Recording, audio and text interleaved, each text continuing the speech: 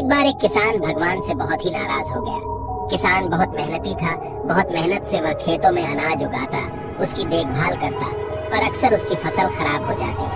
कभी सूखा पड़ जाता तो कभी बाढ़ आ जाती, कभी तेज धूप तो कभी आंधी, कोई न कोई कारण बन ही जाता कि उसकी फसल खराब हो जाती। एक दिन वह किसान ने गुस्से में आसमान की ओर देख करके कहा, हे ईश्वर, आपको लोग सर्वज्ञाता मानते हैं कि आप सब जानते हैं, कहते हैं कि आपकी इच्छा के बिना एक भी पत्ता नहीं हिलता, पर मुझे तो लगता है कि आप छोटी सी छोटी बात भी नहीं जानते।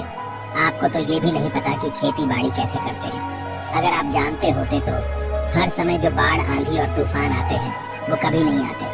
आप नहीं जानते कि कितना नुकसान उठाना पड़ता है हम किसानों को। यदि आप मेरे हाथ में यह शक्ति दे दें कि जैसा मैं चाहूँ वैसा मैं मौसम कर दूं, फिर आप देखना, मैं अन्न के भंडार लगा दूंगा।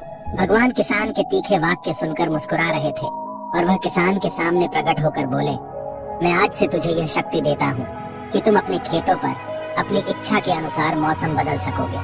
मैं उसमें बिल्कुल भी दखल नहीं दूंगा, सभी मौसम तुम्हारी इच्छा से बदलेंगे। ये सुनकर किसान बहुत खुश हुआ। किसान ने अपने खेतों में गेहूं की फसल बोई। जब उसे लगा कि खेतों को धूप चाहिए तो खेतों को धूप मिली, जब पानी चाहिए तभी बारिश हुई। उसने अपने खेतों में कभी आंधी तूफान बाढ़ आने ही नहीं दिया।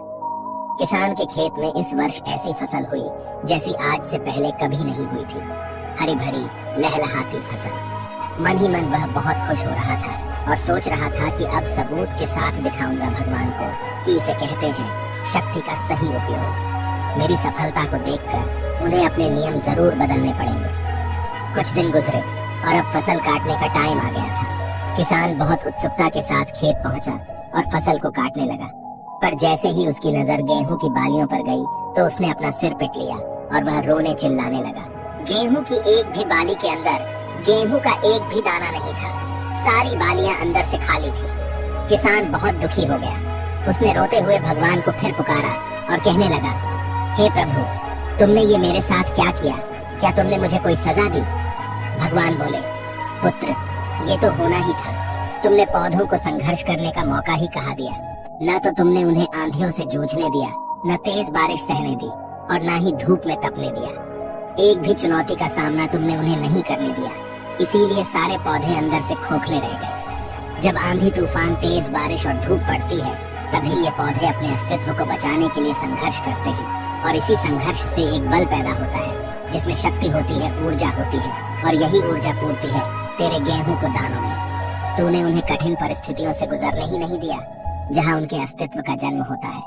सारी बालियां इसीलिए खाली है क्योंकि तुमने अपने पौधों को संघर्ष कराया ही नहीं। याद रखिए, स्वर्ण में स्वर्णनीय आभा तभी आती है जब वह आग में तपने, गलने और हथौड़े से पीटने जैसे संघर्षों से गुजरता है। कोयले का टुकड़ा हीरा तभी बनता है जब वह उच्च दाब और उच्च ताप की मुश्किल परिस्थितियों से गुजरता है। इसी तरह यदि हमारी जिंदगी में कोई संघर्ष ही ना हो, कोई चुनौती ही ना हो, तो हम भी गेहूं की बालियों की तरह खोखले रह जाएंगे। हमारा कोई भी अस्तित्व ही नहीं होगा। हम इस कहानी से यह सीख ले कि हमें जीवन में संघर्ष करने की आवश्यकता होती है। जीवन की चुनौतीपूर्ण परिस्थितियों से गुजरने के लिए हमें सामर्थ्य और सहनशीलता की आवश्यकता होती है। बिना किसी संघर्ष के, बिना किसी परेशानी या चुनौती के हमारी प्रगति संभव नहीं है। कहानी में किसान ने भगवान से शक्ति की मांग की और उसे मिल गई। उसे लगा कि अब वह खेतों में मन मुताबिक मौसम कर सकता है, परंतु वह ये नहीं समझ पाया कि कोई भी चीज बिना संघर्ष के नहीं मिलती। उसकी फसल तभी हरी भरी और समृद्धशाली हुई जब उसे बाढ़, आंधी तूफान और धूप के साथ निपटना पड़ा। और इसी संघर्ष ने पौधों को ऊर्जा और बल दिया जिससे वह खुद को विकसित कर सके। विपरीत परिस्थितियाँ, चुनौतियाँ और समस्याएं हमें और अधिक निखारती हैं। यदि जीवन में कठिन परिस्थितियां और चुनौतियां आए तो घबराना मत, बल्कि उनका डटकर सामना करना, विश्वास करना कि आप और अधिक निखर जाओगे और अधिक मजबूत बन जाओगे। किसी ने कितना सही कहा है, जिंदगी जीना आसान नहीं होता, बिना संघर्ष कोई महान नहीं होता। जब तक ना पड़े हथौड़े की चोट तब तक पत्थर भी भगवान नहीं होता। हमारी वीडियो को यहाँ तक देखने के लिए आपका आभार। आपको वीडियो पसंद आई हो तो वीडियो को एक लाइक जरूर कीजिएगा और चैनल पर नए हैं तो चैनल को सब्सक्राइब भी जरूर कर लीजिएगा। धन्यवाद।